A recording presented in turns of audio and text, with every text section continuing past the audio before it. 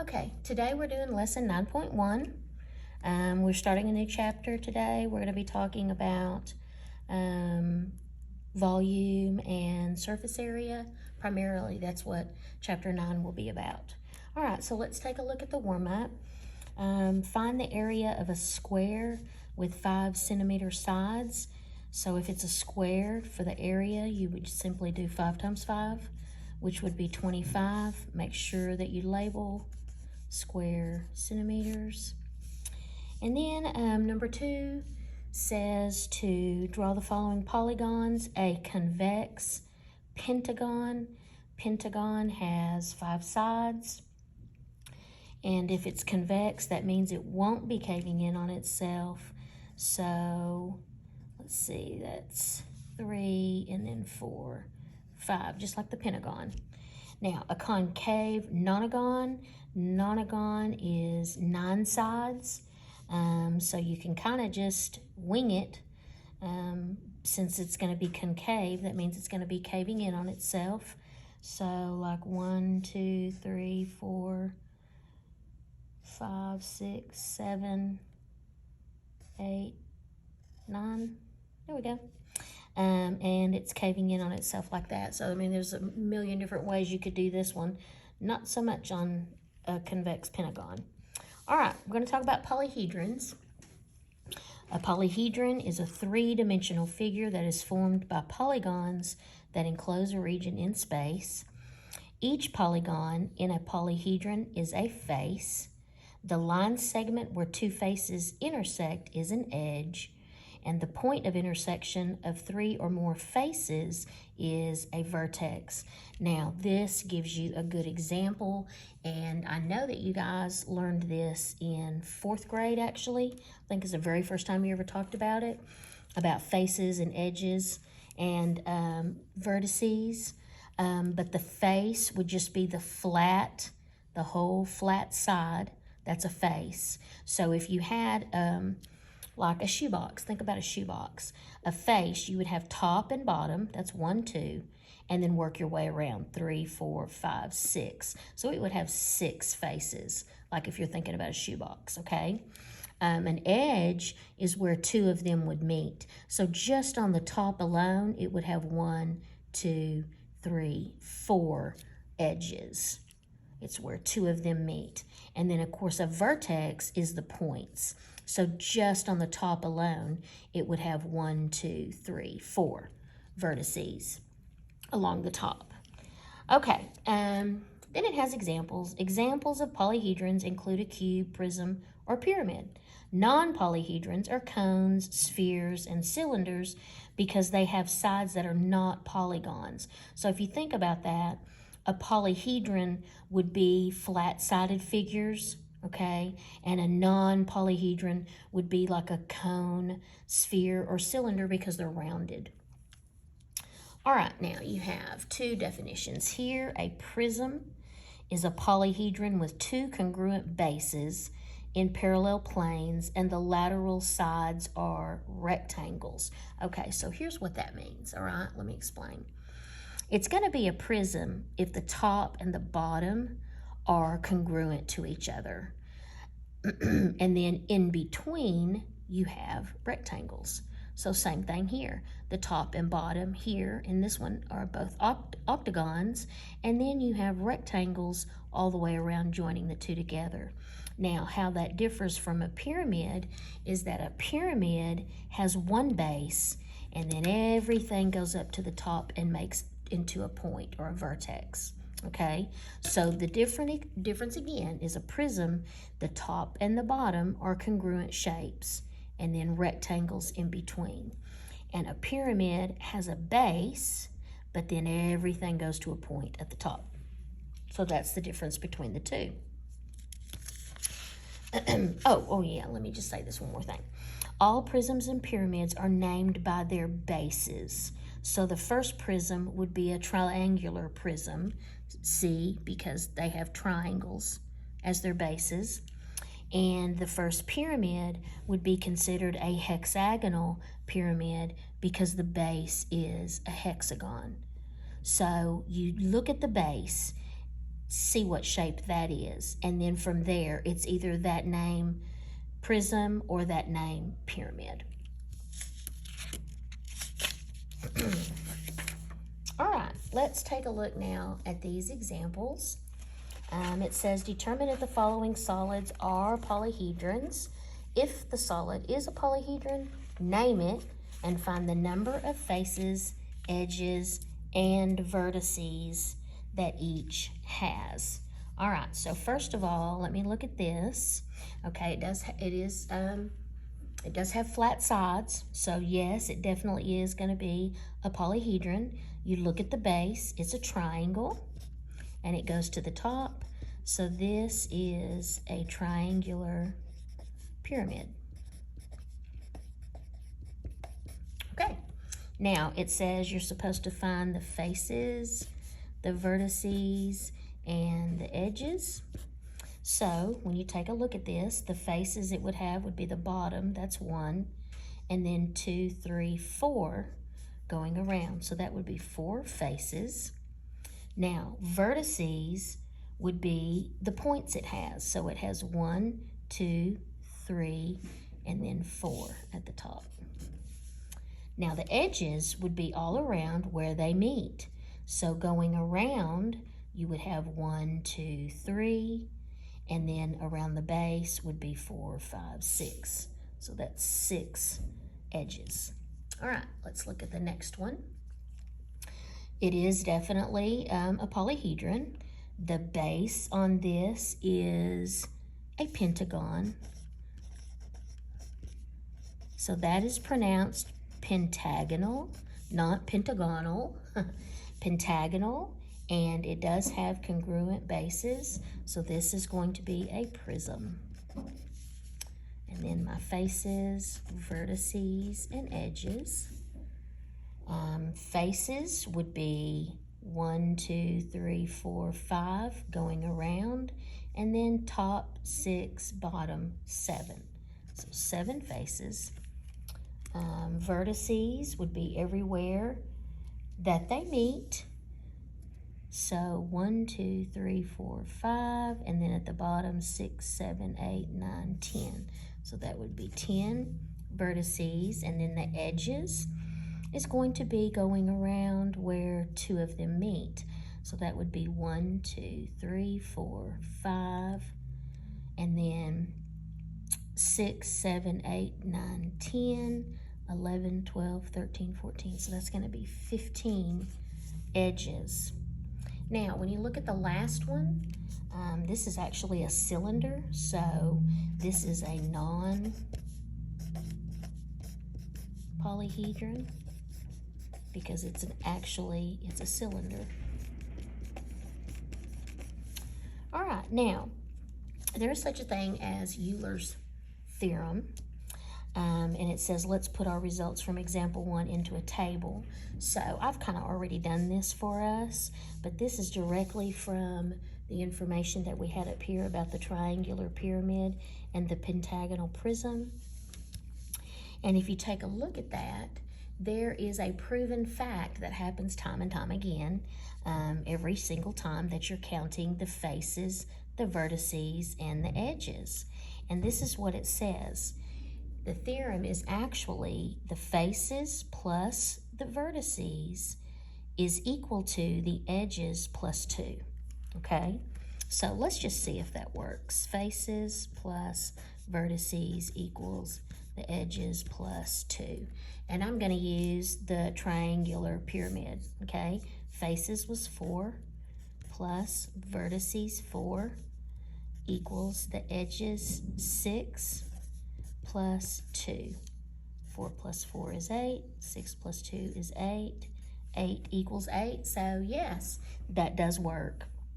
And you will notice that that formula will fit in every single time. So that way that will help you find any of the missing information that you need. All right, let's keep going. Okay, so for example 2 here, it says, find the number of faces, vertices, and edges in the octagonal prism, okay? So they want us to find the faces, the vertices, and the edges. All right, so faces, you're going to have 1, 2, 3, 4, 5, 6, 7, 8, 9 for the top, 10 for the bottom. That's going to be 10 faces. Now for the vertices, that would be the points at the top where they meet and the points at the bottom where they meet. So you know it's an 8-sided figure. That's going to be 8 on the top and 8 along the bottom. So that would be a total of, 16. Now to figure out the edges, okay, you can go around and count, okay? That's going to be 8 where they meet here, 8 where they meet along the top, and 8 where they meet along the bottom. So that's going to be 24. Now let's plug it in to that theorem and see if it works. Faces plus vertices, 10 plus 16 equals edges plus 2. Yep, 26 equals 26. So that is true. All right, now let's go with example 3. In a 6-faced polyhedron, there are 10 edges. How many vertices does the polyhedron have? Okay, so it has 6 faces. So let's just write that down. Faces, vertices, edges. It has 6 faces. There's 10 edges. And they want to know how many vertices does it have. Now don't panic. Don't try to draw out a 3-dimensional shape. You can plug it into that formula, okay? So that's going to be 6 plus vertices, I don't know, equals edges plus 2. So now you would add 10 plus 2, so that would be 6 plus vertices equals 10 plus 2 is 12. And then all you have to do is subtract 6. So V equals 6. So that would equal 6 right there. You just plug it into and solve it like an equation. All right, number 4. A 3-dimensional figure has 10 vertices, 5 faces, and 12 edges. Is it a polyhedron? So is it? That's gonna your answer is going to be yes or no. Okay, so faces, vertices, edges. Faces is 5, vertices 10, edges 12. So now put it into the formula, into that theorem, and see if it makes a true statement. That would be 5 plus 10 equals 12 plus 2, 15, 14, no. They do not equal, so the answer to that is no, it's not a polyhedron. Okay, now we're going to lightly touch on this simply because there are names for really large polyhedra. That's the polyhedra, that's the plural, okay? If it's a regular polyhedron, it's all the faces are congruent. Okay, that's where all of the faces are congruent, okay? All regular polyhedron are convex, okay? A concave polyhedron caves in, so they've kind of shown you how those 2 examples would actually look for that. Now, there are 5 only. Sorry about that. Okay, there's only 5 regular polyhedra. They're called the Platonic solids. Now, this is how it looks, okay? A regular tetrahedron is a 4-faced, all the faces are equilateral triangles, and here they have pictures of all of them, okay? You have a cube, which everybody's familiar with that, a cube, okay, 6 faces. A regular octahedron, that is an 8-faced polyhedron, and they're all equilateral triangles. You have a regular dodecahedron. My goodness, that's a mouthful. Okay, and that's where you have 12 faces. Okay, and they're all regular pentagons.